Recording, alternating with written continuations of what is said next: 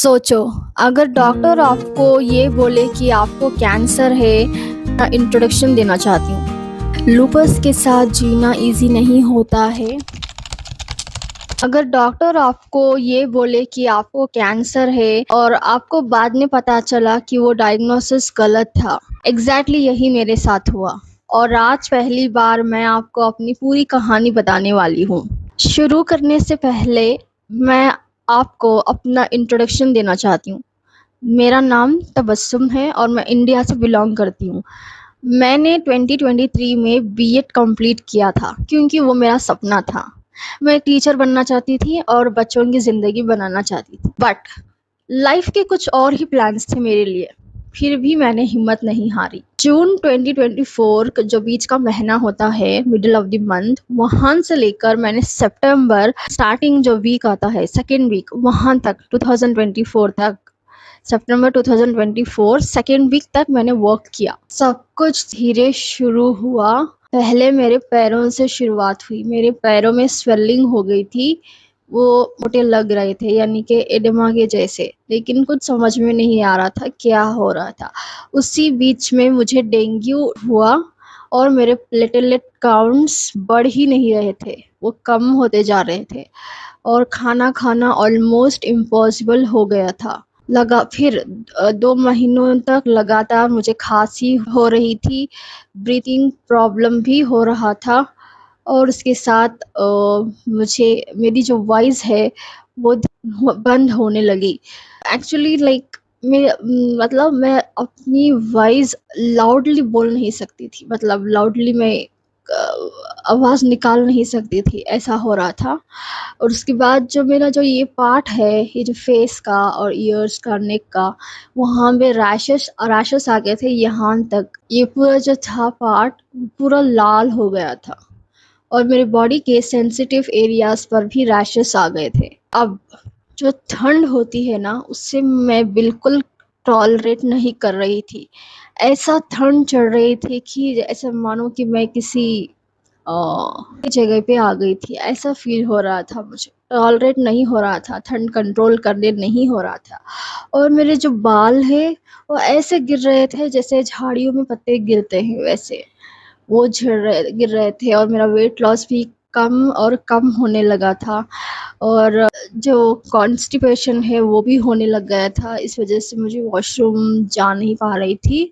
और उसके बाद अचानक से मेरा बीपी इतना लो हो गया कि मुझे फ़ौरन डॉक्टर के पास लेके गए कि बीपी बहुत लो है। तो मैंने कहा कि ये सब हो रहा है मेरे साथ सिम्पटम्स। तो उन्होंने कहा कि फ़ौरन पूरी बॉडी का ब्लड चेकअप करवा ले, देखते हैं क्या वही चीज़ हो तो होने क्या। हम तो वो गेस कर रहे थे। जब जैसे ही रिपोर्ट आई तो उसमें कैंसर के साइंस थे, यानी कि कैंसर सिम्टम्स के साइन दिख रहे थे। उसके बाद हम कैंसर हॉस्पिटल चले गए। डॉक्टर ने हर टेस्ट किए, जैसे सीबीसी, पेट स्कैन, उसके बाद ईसीजी, अल्ट्रासाउंड बायोप्सी, यहाँ पे क्या ultrasound biopsy, then bone marrow का बायोप्सी किया, लिवर टेस्ट, यूरिन टेस्ट, सब कुछ किया उन्होंने।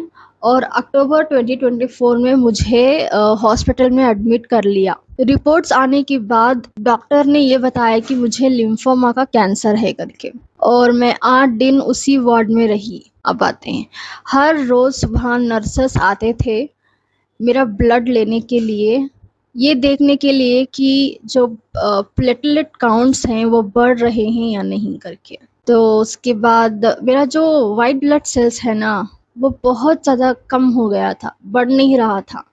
और जो मेरा हीमोग्लोबिन था वो भी बहुत कम था। तो उस वजह से उन्होंने हर रोज़ मुझे मल्टीपल ब्लड यूनिट्स देते रहे। जहाँ जहाँ ड्रिप्स चढ़ाई जा रही थी वहाँ वहाँ से मुझे इतना पेन हो रहा था, बर्निंग सेंसेशन फील हो रहा था। उंगलियों पे तक वो देते थे ड्रिप्स, यानी कि सुई जो होती है लगाते हैं। तो जहाँ जहाँ दे रहे थे वहाँ वहाँ पे इतना पेन हो रहा था। मेरी जो उंगलियां ऐसे बंद होती थी, अब ऐसे बंद होती है, तब ऐसे हो गई थी, ऐसे बंद नहीं हो रही थी तब। बहुत ही ज़्यादा पेन हो रहा था जॉइंट्स में, अनगिनत पेन हो रहा था, कॉन्स्टेंटली पेन हो रहा था। मुझे समझ में नहीं आ रहा था कि क्या हो रहा है, क्यों इतना दर्द हो रहा है करके।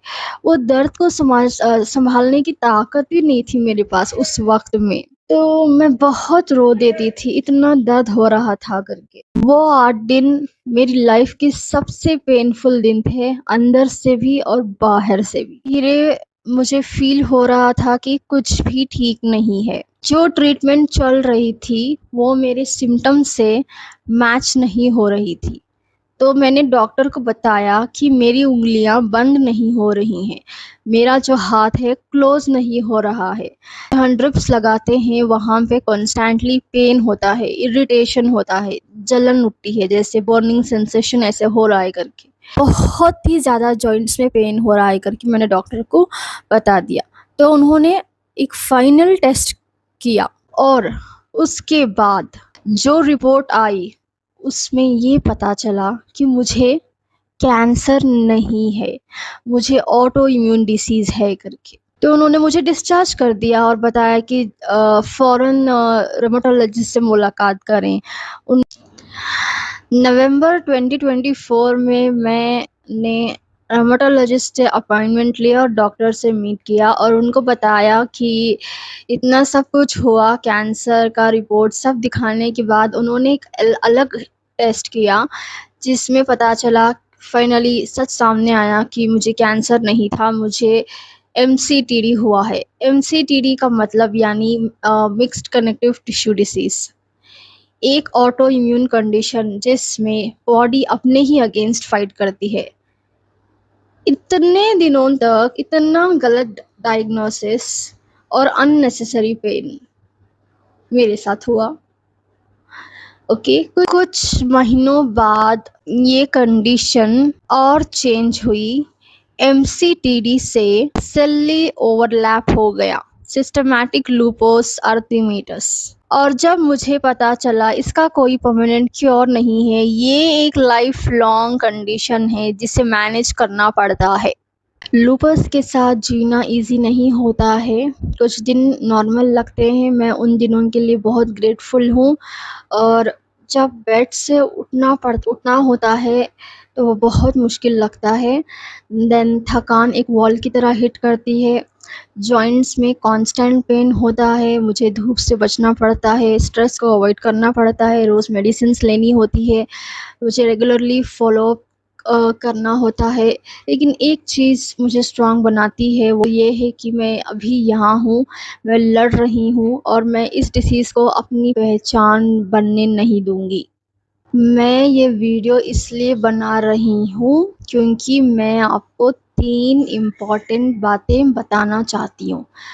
फर्स्ट, सेकंड ओपिनियन लो, एक डॉक्टर पे कभी मत रुको। सेकंड, लूपस के सिम्पटम्स को इग्नोर मत करो क्योंकि ये सबसे ज़्यादा मिसडायग्नोज्ड डिसीज़ेस में से है, स्पेशली विमेन में। 3, अगर आप या आपके अपने किसी फेज़ से गुज़र रहे हैं तो प्लीज़ हिम्मत मत हारो, सवाल पूछते रहो, जवाब मिलने तक लड़ते रहो कि ज़िंदगी बहुत इम्पॉर्टेंट है। Thank you so much for watching my video. अगर आपको ये वीडियो पसंद आया तो आप आपकी फैमिली फ्रेंड्स को शेयर करें एंड कमेंट में अपने थॉट्स ज़रूर लिखना। And if you would like to be part of my YouTube journey, please subscribe to my YouTube channel. And remember, you're not alone in this journey. Take care of yourself and I will see you in my next video.